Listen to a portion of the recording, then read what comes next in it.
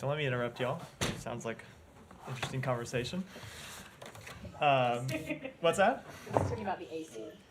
Yeah, it's appropriately cool in here, isn't it? Let me start with some opening comments on the Middle East. This weekend, Iran launched an unprecedented air attack on Israel. Ultimately, the defensive effort to intercept Iran's drones and missiles was effective, successfully preventing what could have been a significant loss of life. This was a shared success, and the United States is proud to have played a critical role in it. Over the past 2 days following the attack, the President and the Secretary have consulted extensively with partners in the region and around the world. Secretary Blinken spoke yesterday with the foreign ministers from Egypt, Jordan, Saudi Arabia, Turkey, Germany, and the United Kingdom, and he continues to make calls with foreign counterparts today. We will continue to emphasize the importance that the international community act as a united front in condemning such reckless, escalatory acts. Such behavior threatens to destabilize the region and endangers all its people, and Iran's attack violated the sovereignty of several states in the region. I also want to be absolutely clear. The United States' commitment to Israel's security is sacrosanct. Our contributions to Israel's defense against Iran are a clear manifestation of that commitment. So too are our efforts to advance a ceasefire of at least 6 weeks in Gaza, which would secure the release of all remaining hostages and create a pathway to a more enduring peace.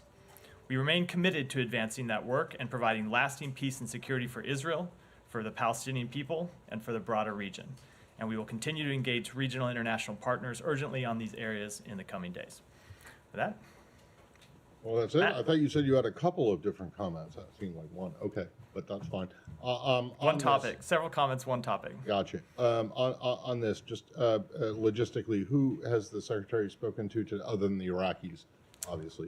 He has I will have a list of readouts of those coming. I don't have any to read out right now, but have readouts coming throughout the day. He's got calls scheduled for this afternoon and has completed some already, but I need to make sure those are ones we're publicly reading out. Okay, and I know you guys don't want to talk about this, but when you say that the Iranian attack violated the sovereignty of several countries in the region, which countries are you talking about, and which countries actually took action? So with respect to the first question, so the attack violated not just obviously Israel's sovereignty, but you saw missiles launched from Iran and fly over other countries in the region. Such as? I'm not going to speak to those. I'll defer to my colleague. Right, Hold okay. on. Well, I will defer to my. They didn't fly over Australia. I will. So where did they fly over? I will say two things. One, you can look at the flight path, but two, I will defer to my colleagues at the Pentagon who are more appropriately situated to speak to that question. And when it comes to responding to that attack and work to assist Israel in its defense, I will let any other countries that were involved speak to their. Well, are there any that you care to, or not care? I will speak on behalf of the United States and let any other country speak for itself. Okay, and so your understanding, though, is that there was at least one Patriot missile battery that brought down a missile in Erbil that was going over Iraqi airspace? So with any of those types of questions, I'm going to defer to my colleagues at the Pentagon. I'm not going to speak to. So you can't say that? I'm not going to speak to military matters from here. One, it's not appropriate. Two, I'd probably get it wrong. Okay. All right, I'm done. Oh, well, I have some stuff on Iraq, but okay. Bilateral stuff. Yeah, okay. Go ahead. Hi, Matt. So U.S. has been cautioning Israel about its retaliation. I'm wondering what's the most recent steer you're getting from Israel on what kind of further retaliation they're going to I'm just not going to speak to our private diplomatic conversations. When we have talked to Israel, we have made clear, as we demonstrated on Saturday, that we are committed to their defense. And of course, we continue to make clear to everyone that we talk to that we want to see de-escalation, that we don't want to see this conflict further escalated. We don't want to see a wider regional war. That's something that's been the goal of this administration since October 7th, and we have worked to achieve. But beyond that, I don't want to get into private diplomatic conversations. In U.S. view, what would be an acceptable or unacceptable retaliation? I'm just not going to speak to hypotheticals. Okay, let me go at this a little bit more. It's taken you months to convince Israel on a number of things, like aid to Gaza, how they're conducting their military operation in Gaza. What makes you think they're going to heed your warning this time? So again, I'm not going to always accept the premise of the question, so don't take that in my response. Israel is a sovereign country. They have to make their own decisions about how best to defend themselves. What we always try to do is provide our best advice as a longtime friend of Israel and a longtime ally and partner of Israel. And that's what we've done since October 7th across a broad range of fronts. It's what we have done over the weekend. And so what we demonstrated over the weekend is that our commitment to Israel's defense is clear and it is ironclad, and we back that up not just with words and with action. And we will continue to make that clear while at the same time ensuring that everyone knows that we are committed to de-escalation in the region, and that's the policy we're trying to pursue. Right. On UN, Robert Wood said yesterday, in the coming days and in consultation with other members, U.S. will explore additional measures to hold Iran accountable. Here at the United Nations, can you give any clues on what that might include? So we have been consulting with partners on this very question over the past several days. When I read out the Secretary's calls, one of the things that we have talked about in those calls are any further actions to hold Iran accountable for its behavior. If you have seen this administration take action since day one to hold Iran accountable, we have put more than 500 sanctions in place on Iran and Iranian entities, and we will continue to hold them accountable, but I don't have any specific measures to announce today. Yeah, go ahead. Understood that you don't know exactly when Israel is going to go ahead or don't feel the need to share it, but is the U.S. expectation that Israel will share with the U.S.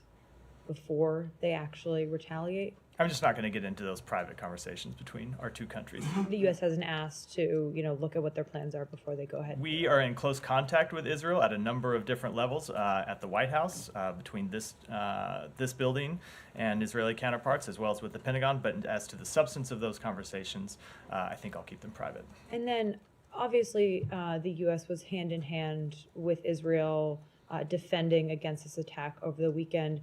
Can you speak to how you think that might impact the way that Israel responds? Do you think that they felt supported by the U.S. and regional allies as they were under assault that might make them, feel like they're in a better place today than they would have been defending themselves on their own? So I can't speak for Israel. I would never want to speak for another country. I'll speak for the United States. But I will say what you saw over the weekend, and really it's something that started before the weekend, was a coordinated response to defend Israel, something that we worked very hard with our Israeli counterparts to put into place. It's not like when these attacks were launched Saturday afternoon, our time, Saturday evening, Sunday morning, Israeli time, that it was something that we had not been preparing for with Israel in the days leading up to that attack. We had been working quite closely with them to coordinate our response, to talk about how we could defend Israel, how we could take down those drones and missiles, and something we worked very closely on, as well as we coordinated with our diplomatic response. As you saw, the Secretary had a number of calls with foreign counterparts last week to send messages indirectly to Iran, to ask other countries to make clear to Iran that they should not escalate this conflict. We shared all of those conversations with the government of Israel, made clear to them that we were working with them not just militarily, but that we were working with them diplomatically, and that's what we are committed to continue to do to defend the state of Israel and the people of Israel. And are the Rafah meetings still going to happen this week? I don't have any scheduling announcements to make with regards to those meetings. Go ahead. I'll come to you next. In a similar vein, that the fact that Israel didn't take a preemptive strike and that the U.S. and others were warning that a strike from Iran, an attack from Iran would likely be coming. There was no preemptive strike, so should we read that as it's that the U.S. and allies have been successful in actually stopping Israel from doing what it might otherwise normally do? And also the Secretary spoke about this morning alongside the Iraqi PM, but he said that in the 36 hours since the attack, this diplomatic response and seeking to prevent escalation will continue from the U.S. So are we supposed to see that as primarily aimed at Israel, given that the ball is now in Israel's court? So with respect to the first question, I'm always reluctant to kind of tell people how to read any one thing or the other. I'm just going to speak to our actions, which we have already done at length. With respect to the next 36 hours, though, to follow up on what the Secretary has said, we're making clear to everyone in the region that we don't want to see the conflict escalated. And that is a message that we have sent, not just starting this weekend, not just last week, but really since October 7th. If you've paid attention to the Secretary's trips, and I know you have, and a lot of people in this room have been on these trips, one of the things we have always talked about and that we have engaged intensively in diplomacy to try to pursue is a de-escalation of the conflict and to prevent the conflict from spreading and widening. I don't know how many times you've heard the Secretary say that. I don't know how many times you've heard me say it. And of course, if you've heard us say it, you can imagine how many times our counterparts across the region and across the world have heard us say it, because it has been one of the primary strategic objectives we have been pursuing and that we will continue to pursue in the days ahead. A quick follow on that UN angle. There's some criticism today that the UN missile sanctions on Iran that expired in October last year somehow enabled this attack. How do you respond to that? So I would say, first off, that's just absolutely not true. But, and to get into kind of the facts of that, Iran has a ballistic missile and drone program that has been building for years, well before those sanctions expired, and that were continued not just in administrations going back decades, but under the previous administration's watch. So Iran has continued to pursue these destabilizing activities. But what we have done is, at the same time, held Iran accountable for its destabilizing activities, and that includes sanctioning, as I said, imposing more than 500 sanctions on Iran and Iranian entities since the outset of this administration, and we will continue to hold them accountable as appropriate. Well, hold on. All that's well and good, but the fact of the matter is that there were sanctions that were in place on it to try and curtail that program. There continue And to you be guys, and they were dropped. I mean, they expired. There continue to be other sanctions on Iran's missile programs, and as I said, we continue to look at ways that we can tighten our sanctions, increase the enforcement of our sanctions, and if necessary, impose new sanctions on Iran. But they have a ballistic missile program that goes back years, decades. They did, which and is why the sanctions were introduced in the first place. And it's And why then you guys let them expire it's why along with the general arms embargo. it is why we have sanctions on their ballistic missile program. We'll continue to look for new sanctions. But you don't have the same sanctions that you had in place before. We do have sanctions on their ballistic missile programs, and have imposed, as I said, 500 sanctions, over 500 sanctions total with respect to Iran, and we'll continue to look to hold them accountable. But it's clearly they're not working. The sanctions are not working. Iran has for years tried to evade sanctions imposed by the United States, imposed by our European allies, imposed by the United Nations. But what we have seen the sanctions do is drive up the cost for Iran to do business, slow down their weapons programs, and ultimately at times I think you can see them produce less effective weapons. I probably shouldn't get into that in detail, but less effective weapons than they otherwise would. One more, Matt. Did you clearly ask Israel not to retaliate? And in case they responded, will you continue to defend Israel? I am just not going to get into the private diplomatic conversations we've had with Israel. But that said, we have made clear privately and publicly that we are committed to Israel's defense. That will always be true. That commitment remains ironclad. It will not change. And if there are further attacks on Israel, of course we will continue to defend them. I just had a follow-on, Michelle, regarding this. I mean, you are now pressuring Israel not to respond on the Iranian attack, and at the same time saying that if they've been attacked, you will defend them. Do you see that this was counterproductive to what you're trying to do? You're enabling them to respond to Iran while you're saying to them, we'll protect you when Iran retaliates back. So, first of all, you are there. A couple things in your questions I have not said from this podium. I'm not going to speak to our private diplomatic conversations and what we are sharing with Israel privately. But publicly, of course, we are committed to the defense of Israel. And there is, that is something that the president has made clear from day one, something you've heard the secretary say clear, and it's something that will continue to be the case. And I think, if I could get at kind of a broader issue, I think inherent in your question, there have been times over the past 6 months since October 7th that Israel has taken actions with which we don't agree, or Israel hasn't moved as quickly as we would like to implement certain changes. And we engage with them on those issues, and we try to get improvements, and we will continue to try and do that. But at a fundamental level, there is a bond between the United States and the people of Israel. And that bond rests on our shared security. And one of the things that we will continue to be committed to is the defense of that security. And are you willing to risk a regional total war for this? I think you've heard me say here a number of times that we are working to pursue de-escalation. And that has been the focus of our diplomacy since October 7th, not just over the weekend, but since day one, is trying to pursue de-escalation and prevent the conflict from widening and spreading and expanding. Last question, but I want to go back to a statement you issued an hour earlier about West Bank violence.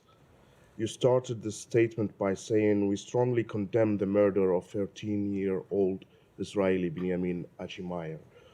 And the second paragraph, you say, "We are also increasingly concerned by the violence against Palestinians that led to the death of 2 Palestinians." Why the distinction? There is no distinction. We condemn we condemn all loss of innocent life. But why the change of word? The wording is different. I think you're reading too much into the formulation of the statement. We condemn all loss of innocent life, whether it be Israeli or Palestinian, and that's why we mentioned all 3 individuals who died in that statement. I think maybe you should put them all in the same sentence. Happy to take your. I mean, that's what the question is. I'm happy to take your. I'm happy to take drafting suggestions. But look, if you look at, I think the statement was pretty clear that we condemn violence against Palestinian civilians, just as we condemn violence against Israeli civilians. Thank you. The U.S. Embassy in Israel noted that the threat of drone and missile barrages diminished over the weekend when it lifted its shelter-in-place order for U.S. government officials, but the travel restrictions are still in place for those personnel. Is that something that's going to be the posture going forward, or do you anticipate lifting those as well? That is something that we monitor on a real-time basis and make assessments. You saw us issue that security alert over the weekend when there were drones and missiles in the sky, and when that threat receded, we lifted that security alert. When it comes to the policy that we put in place for U.S. Embassy personnel and their family members, it's something we'll continue to look at and make any adjustments that circumstances warrant. We have seen some major airlines cancel flights out of Tel Aviv. Is there any concern at this point about U.S. citizens being able to transit in and out of the country safely? We have not seen U.S. citizens have difficulty leaving or getting into Israel. Obviously, there has been a decrease in commercial travel since October 7th. We saw it plummet first, and then options come back online over time. It's not something that we've seen any long-term changes to over the past few days, but of course, we will continue to monitor the situation. Any more on the region before we move on? Alex, do you really have one on the region? Go ahead. Thank you, Mike. You just described perfectly well how successfully U.S. and allies, came up with coordinated response. They defended their ally against drones and missiles coming from terrorist state. This is exactly what the Ukrainian people have been asking for. I knew this was not going to be about the region, Alex. I mean, so first of all, I will take the question, but I'm always going to call on you. I was trying to finish out in the region before coming back to the rest of the world. Go ahead. But the question I keep hearing from the Ukrainian people is, why do you think they don't deserve the same? If you look at our commitment to Ukraine, it has included significant provision of missile defense to allow the Ukrainian military to shoot down drones and missiles and attacks on the Ukrainian people. That is something that this administration is committed to, with billions and billions of dollars in weapon systems, and it's not just American weapon systems, but we have worked to source air defense systems from around the world to help defend the Ukrainian people against Russian attacks. But what happened in Israel last week happens in Ukraine every week. And it bears, I don't know, we cover this every day, that Ukrainians are facing same drones coming from Iran, and they give it to Russia to attack on them. My question is, which U.S. that they have seen on TV yesterday, which U.S. is the true friend of Ukraine? So, Alex, I am just going to completely reject the premise of that question. I don't think it accurately represents the United States' commitment to Ukraine. We have been committed to Ukraine since day one. and our record bears that out. When you look at the international coalition that we have assembled to respond to Russia's aggression, to hold Russia accountable through sanctions and export control measures, and again, through the provision of weapons systems. And I mentioned air defense because that's most relevant to your question, but other systems as well, offensive systems that they have used to take the fight to the Russian army and reclaim half the territory that Russia took from them. So I think the premise of the question, frankly, is just a bit absurd because it does not match the reality of our record when it comes to supporting the Ukrainian people and the Ukrainian military. Let me go back to someone in the region. Go ahead, behind. Yeah, go ahead. Me? Yeah. All right, thank you for the Italian television. So we heard the president saying that he will support Israel, but he doesn't want an escalation. But Netanyahu doesn't seem to be listening too much to this ally. He just go his own way for his political reason, although the ally keeps supporting Israel. So in case of a further escalation, will the U.S. Willing to be involved in a potential war toward Iran, and which other countries in the region might join the U.S.? So this is a little bit similar to some of the other questions in which it asked me to speak to a hypothetical that I'm not going to do. But that said, we have made very clear that we do not seek war with Iran. We've made that clear multiple times over the weekend, and of course since October 7th. But they will join if case Israel needs support. I just don't want to speak to any hypotheticals. We are committed to Israel's defense, and we showed that over the weekend. But we want to achieve de-escalation, and we do not want to see a wider. Can I do a follow-up for the Saudi and the Jordan, because they're supporting the U.S. and Israel? What kind of talks are you guys having? If you can say something about it. So the secretary did consult with the foreign ministers of Jordan and Saudi Arabia over the weekend to, as I said in my opening comments, make clear the United States position that we want to see de-escalation in the region. We want to continue to pursue it. But then on a broader level, of course, he has been consulting with those two governments, as he has with other partners in the region, about a path to resolving the conflict in Gaza. And that's something that we continue to work on. Israel? Any more on the region? Israel? Right. Israel? Go ahead before I go to the rest of the world. After having one pivot away from the region under false pretenses. I'm going to try to be a little more sure. I just want to ask a little bit, Matt, about the messaging with Iran through different countries. So U.S. yesterday denied the Iranian assertion that they were given 72 hours of notice of the strikes. You don't mean, though, by denying that, you didn't get any notice at all, just to set that clear. No. You have gotten notice. No, we did not get notice from Iran of these strikes. That is not correct. Now, we did have some indication that they were coming. You saw speak to them, the possibility of them coming publicly. We had an expectation that Iran was going to retaliate in some way, but no, we did not get notification. But there's been plenty of reporting that through Jordanians, Iraqis, and Turks, messages had been passed to the United States. So you guys did not interpret that as some sort of an attempt to give notice? No, I don't think that's how I would interpret it. Of course, Iran made a bunch of claims in its statements. A lot of things that they say about their private statements aren't true. I spoke to some of those over the weekend. It was our expectation, based on a number of things, that they would attack Israel.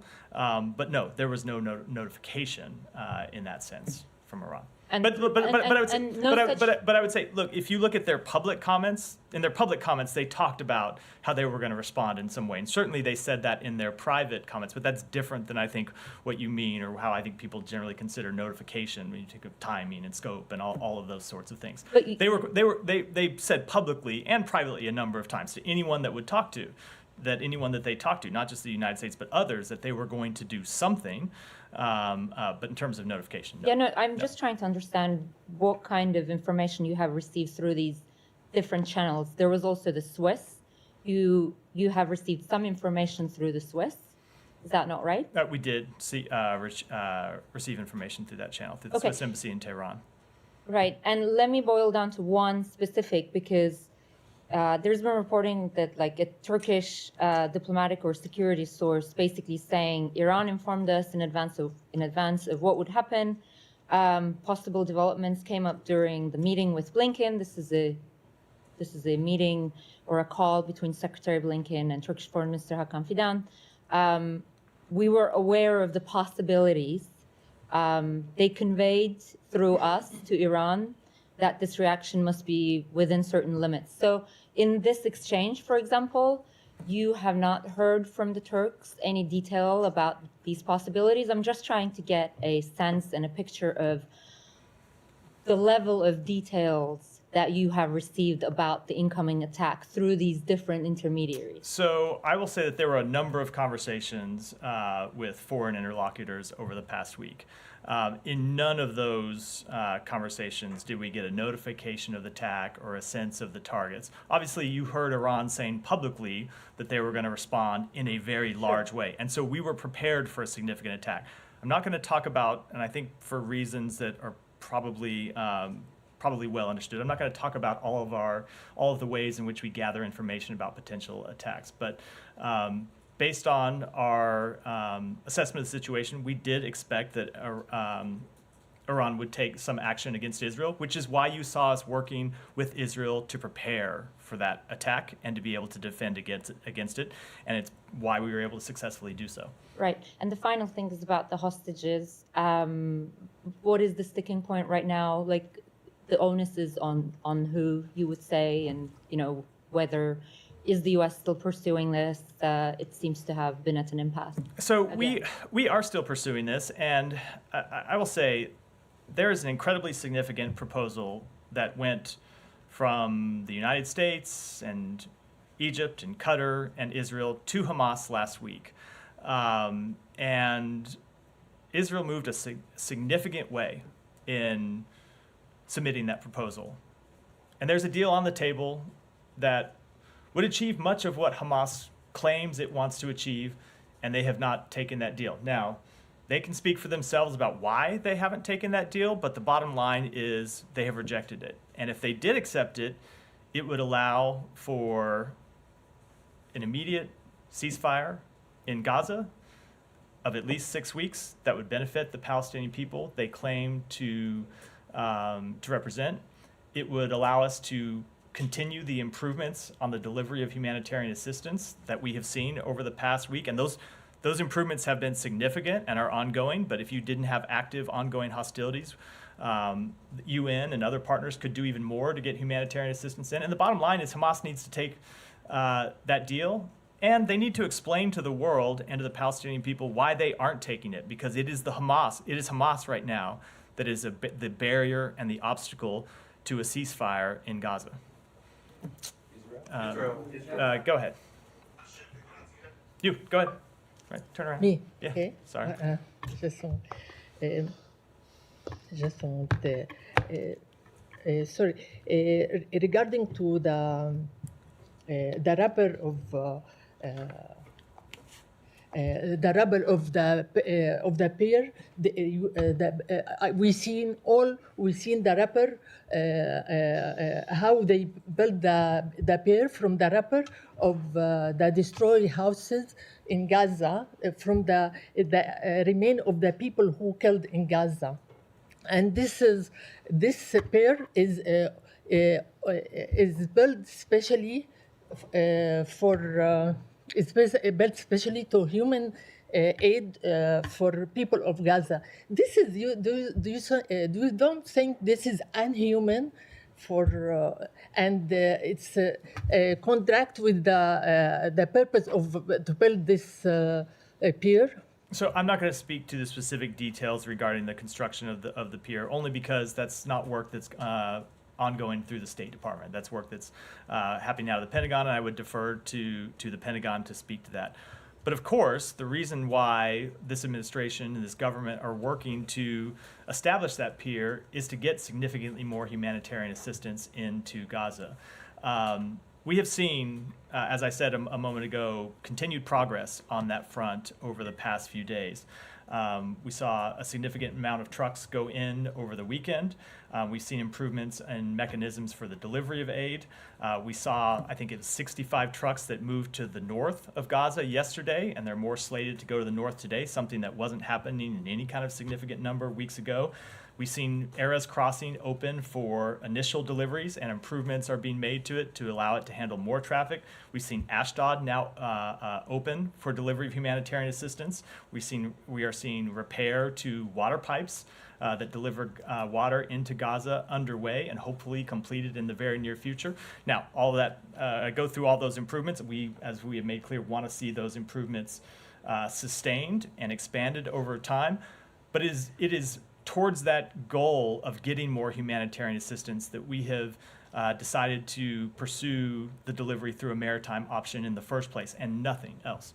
The U.S. condemned the violence in West Bank between Palestinian and Israeli, but the violence from Israeli settlers is under the protection. They burned the houses, attacking the Palestinians, and this is under the Israeli protection, Israeli authority protection. Why you don't clearly condemn the Israeli authorities? So we have made not only between Palestinian, the Palestinian, there is nobody protect them. So we have made very clear on a number of occasions, and oftentimes when it comes to breaking news events, we speak to in our statements what we can confirm for a fact at the time, and our understanding of those facts develops over time as we were able to gather new information. So we made clear in the statement we put out today that we strongly condemn the violence against Palestinians and their property that ensued in the West Bank over the weekend, resulting in dozens of injuries and the death of 2 Palestinians, just as we strongly condemn the murder of the 14-year-old Israeli boy. And you have heard us say in the past that we've been incredibly concerned about the Israeli National Police and the IDF not doing enough to stop settler violence, and that settler violence needs to be stopped, needs to be policed, and those responsible for it need to be held accountable. We have made that very clear, as well as imposing our own sanctions on people involved in violent activities in the West Bank. Okay, thank you. Go ahead in the back. No. Matt, thank you very much. How do you counter the argument that not striking back against Iran represents an appeasement of Iran? So I would say if you look at the actions that we took over the weekend, they were incredibly successful, first of all. That is, I think, the number one fact that needs to be established, that the United States showed that we are committed to the defense of Israel, and not just that we are committed to the defense, but that we can be successful in the defense of Israel. And we demonstrated that, and the Israeli military demonstrated that by shooting down the vast majority, overwhelming majority of the more than 300 missiles and drones that were launched by Iran. And then when it comes to Iran, we continue to hold them accountable for their actions, for their destabilizing activities. We have, as I said, imposed more than 500 sanctions on Iran since the outset of this administration, and we have made clear that we will continue to hold them accountable for their actions.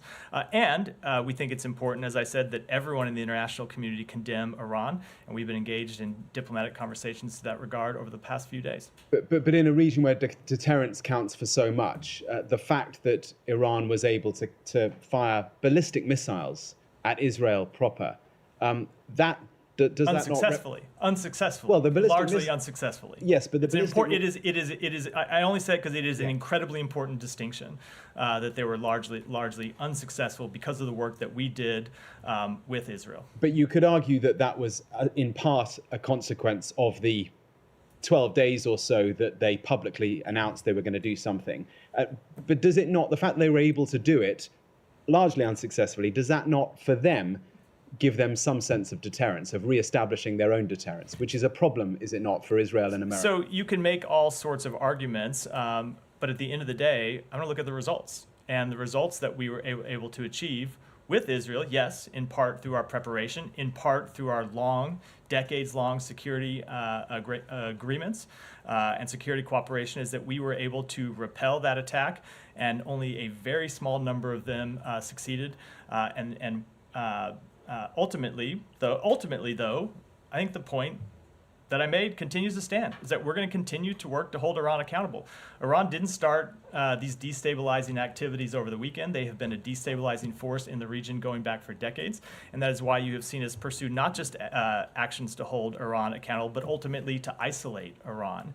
And when you go back to the broader policy that we have been pursuing, that includes normalization between Israel and its neighbors, it is to isolate Iran. So you see an Iran that is cut off from the rest of the region, and an Israel that is more integrated, which ultimately we think is the long-term answer to the very real real security challenges that that Israel faces. And can I just follow up on that? Let me just, because I have a lot of others. Let me just go, Michelle. Some in the Middle East said that the Iranian attack was a farce, a deception, and a storm in a teacup. Do you agree with Who said that? some writers and reports? So 300, more than 300 missile and drone attacks is an unprecedented action by Iran, launched from Iranian territory, targeting the state of Israel. Now, ultimately, we were able to defend that because of our important collaboration with Israel and with the Israeli Defense Forces, but that doesn't change the unprecedented nature of Iran's actions and the fact that the international community needs to be united in condemning it. Let me try to get to some people that I haven't gotten to yet. I'll come to you, Janie. I promise I'll come to you. In regards to the attacks on Palestinian civilians over the last few days, does the State Department view that Palestinians have a right to defend themselves, to self-defense? So when it comes to civilians, obviously we're going to defer to, we want law enforcement to handle those situations.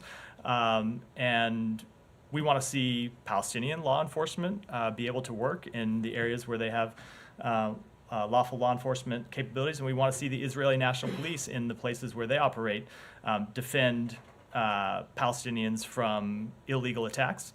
And we, on behalf of the United States, will continue to hold accountable settlers that engage in that type of violence. But in the absence of such... We don't want to see any civilians taking the law into their own hands. We want to see law enforcement act. That is the appropriate, and that would be our position anywhere in the world. We want to see lawful authorities act appropriately, and that's what ought to happen in the West Bank, as is true anywhere in the world. How would one defend himself, though? Like defend their homes? Do they have the right to defend their homes? So I'm not going to get into kind of on-the-ground determinations about anybody's specific home. Ultimately, we want to see de-escalation in the West Bank, and that's why you saw me in the statement that I put out say that this is something that the government of Israel and the Palestinian Authority need to work to. We don't want to see armed Palestinians or armed Israelis taking matters into their own hands. Ultimately, that is how you see an escalation in tensions in the West Bank, and escalation in violence in the West Bank. We want to see the Palestinian Authority and the government of Israel work to establish law and order and prevent this sort of violence. Okay, but is there a mechanism for Palestinians? Is there a mechanism for Palestinians to defend themselves, given the Palestinian Authority or the security? So again, if you mean individual Palestinians, we don't want to see them taking violent actions. But we don't want to see Israeli citizens taking violent actions either. The government of Israel, the Israeli National Police, the IDF need to hold people accountable that take those types of actions, and that's what we'll continue to press for. Thank you. Go ahead. Thank you, Matt. On Thursday, April 11th of this year, you said that the Biden administration fully supports the rights of the Israeli people. And according to CNN and New York Times reports, President Biden has threatened Israel Prime Minister Netanyahu and the majority government to change course in their military actions or risk loss of his support for their military strategy with Hamas in Rafah area of Gaza. And now with Iran, how on one hand can you say that you fully support the rights of the Israeli people, and on the other hand, not fully support the rights of the Israeli people to defend themselves as they see fit? And a two brief follow-up. We do support Israel's right to defend itself, and we made that clear over the weekend. Okay, and then Israel has been under attack from Iran and its proxies since before October 7th, with April 13th's attack by Iran being the worst, not the first. Why was the Biden administration and State Department, according to a recent CNN report, so quick to telegraph the U.S. would not support any counterattack of Israel on Iran? And then what would it take for America to retaliate against Iran, since according to an Associated Press report, Iran murdered 3 Americans and dozens more were injured in an overnight drone attack in northeast Jordan over the past several months? So first of all, with respect to that drone attack, we did take action at the time, and that's been well discussed from here and at the Pentagon. And then with respect to the first part of the question, I'm not going to speak to private diplomatic conversations or reports about said private diplomatic conversations. But again, you don't have to look at our words to show that we are committed to the defense of Israel. Just look at the actions that we took over the weekend to shoot down drones and missiles headed for Israel that would have hit Israeli targets, harmed the Israeli people, and the United States stood strong with Israel to defend it. What was the reason for not not allowing Israel to have a counterattack on Iran? So Israel makes its own sovereign decisions with respect to these questions. Okay, Go ahead, Janie. Thank you, Matt. China, South Korea, and North Korea. China's Standing Committee Chairman Zhao Ruz met with North Korea's Kim Jong-un last weekend and pledged to strengthen high-level exchanges between China and North Korea and build solidarity with anti-U.S. countries.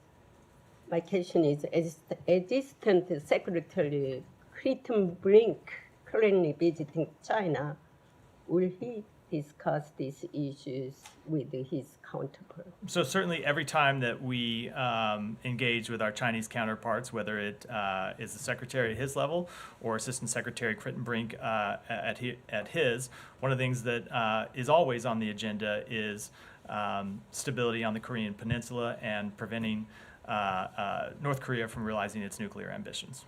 And China is threatening South Korea not to participate in the U.S. actions to keep China in check. What is the U.S. position? I don't have any comment on that. Why not?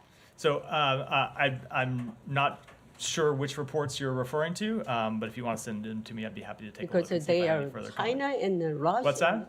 Because China and Russia and North Korea. I just don't. I'm not sure. Why not we? Hold on. South Korea gonna get the U.S. side? Why they? I think we have made clear that we stand in solidarity with our South Korean allies over a number of years. I'm just not sure what specific report you're referring to. That's why I didn't have a comment on it. Go ahead. Thank you, Matt. As far as Iran's attack, what does it say about Iran's military capabilities, and how does this attack affect any diplomatic strategies between the U.S., Israel, and their allies? Well, what it says about their military capabilities is that they shot over 300 drones and missiles, and the vast majority of them did not make it through. What was the second question? So them just to follow up on that, them being unsuccessful, does that say anything about their military capabilities? No, that's what I was just responding to. Right. I don't have anything. I don't have a further assessment to offer to that. And was there a change after that attack in the diplomatic strategies between the U.S., Israel, and their allies? No, there has been no change in the policy that we have been trying to achieve since October 7th, in that we are trying to pursue de-escalation and prevent the conflict from widening. As I said in response to an earlier question, you have seen the Secretary focus on this question since his very first trip to the region in the days immediately after October 7th, and it's something that we have continued to pursue because we do not believe that a wider regional war is in anyone's interest. It's not in Iran's interest, not in Israel's interest, not in the interest of the broader region. So that's why we have tried to prevent one and worked so hard to keep the conflict from escalating or from widening. Hold on. Go ahead. Yeah. Thank you. So the Iranian regime said that they responded to the attack that occurred in Iraq, Damascus, against their consulate. So my question is that what the United States positions now on that attack, do you condemn that attack? Do you think that that attack against the Iranian consulate was appropriate, was wrong? What is the United States position? So we have not yet determined that that actually was an attack on a consulate. The status of that facility is something that we continue to assess. So the United States condemned Iranians' attack against Israel. So what else the United States would do? Which kind of action the United States would take against Iran? So just condemned? So we are going to continue to hold them accountable. It's something that we have been discussing with our allies and partners over the weekend. I don't have any steps to preview today, but it has been something that we have done since the outset of the administration, and something that we will continue to pursue. Go ahead, back. Thank you. That improving ties between the Iraqi federal government and the Kurdistan regional government is one issue that you are addressing with Prime Minister Sudanese visit. Could you explain that in more detail? Like what issues will you address? So we are today hosting senior Iraqi officials at the State Department for the second U.S.-Iraq Higher Coordinating Committee meeting with the Sudani government. That is the vehicle for our two governments to set priorities for future cooperation within the context of the 2008 U.S.-Iraq Strategic Framework Agreement. And we are discussing through that forum are shared bilateral priorities and partnership on a broad range of issues, including energy independence, financial reform, water, climate, transportation, strengthening democracy and the rule of law, and enhancing educational and cultural relations. Go Thank you very ahead. much, Michelle, next. Thank you very much, Matt. Two questions. One question is that the Saudi foreign minister is in Pakistan right now. What is something from Pakistan and Saudi Arabia you would expect to do to improve the situation in the Middle East, and whether both these countries accepting Israel will play any constructive role if their only demand of Palestine, which the Biden administration also supports, if that is done? So I'm not going to speak to that specific visit or any meetings in that regard, but in terms of work with Saudi Arabia, you saw the Secretary speak to his Saudi counterpart yesterday. I think he spoke to him last Thursday or Wednesday. We have continued to work with them, not just to de-escalate tensions in the immediate term, but to work for a long-term lasting resolution to the conflict and a pathway to two states, and ultimately normalization between Saudi Arabia and Israel that would provide regional peace and security for years to come. Thank you very much. And one more, my very nice colleague and very well-known journalist for Pakistan, Hamid Mir, one of the top guys. I'm just quoting his words that Pakistan right now has more suffocation than what it was like during General Zia days, General Musharraf days, and 6 judges have resigned of the country. And he said, what if journalists starts giving resignation? Will that be enough to convince Matt that things in Pakistan are not good? Because I've given you examples of former prime ministers, former congressmen from Pakistan. So that things are not as flowery as you are showing since the last 2 years about Pakistan. Color me a bit skeptical, but I doubt that this person you mentioned my name in describing this.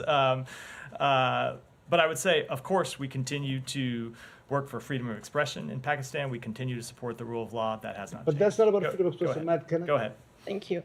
Right now in Georgia, thousands of Georgians are protesting the Russian law, and meanwhile in the parliament, it seems like the ruling party is moving forward. The latest update from Georgia is that special forces are preparing for some actions against the protesters. So once again, regarding this law, if I may ask, while the Georgian people, the entire West, is condemning this law and only Russia supports it, how does it align the strategic partnership between Georgia and the United States? So let me just say we remain deeply concerned that this draft legislation would harm civil society organizations working to improve the lives of Georgian citizens and would derail Georgia from its European path. We are also concerned that this draft legislation would impede independent media organizations working to provide access for Georgian citizens to high-quality information. But because this remains draft legislation, I'm going to sort of leave it there today and not talk about any implications should it actually be passed into law. And one more, last week you urged Georgian officials to conduct further investigation into the 4 judges sanctioned by the U.S. Did you have any communication on this subject with the Georgian officials? And we see that instead of investigating, Georgian officials are demanding that the sanctions must be lifted on that judges. So the 3 sanctions you mentioned were put in place to promote accountability for malign actors who benefited from impunity, as well as work to undermine the rule of law and the Georgian public's faith in their judicial system. And in terms of communications with the government of Georgia, of course, we encourage that government to take steps to promote accountability for corrupt actors. Go ahead, Michelle, and then we'll wrap for today. Do you have any reaction to the attack on a bishop in a church in Sydney, Australia today?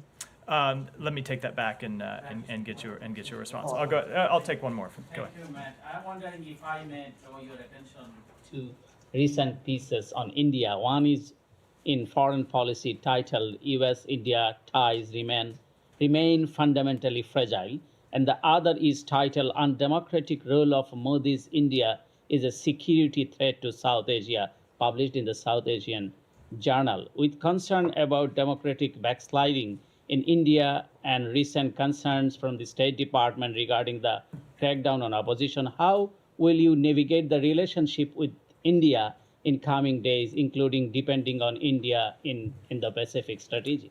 So India is the world's largest democracy. It is an important strategic partner of the United States, and I expect that to remain true. We'll wrap for today. Thanks, everyone.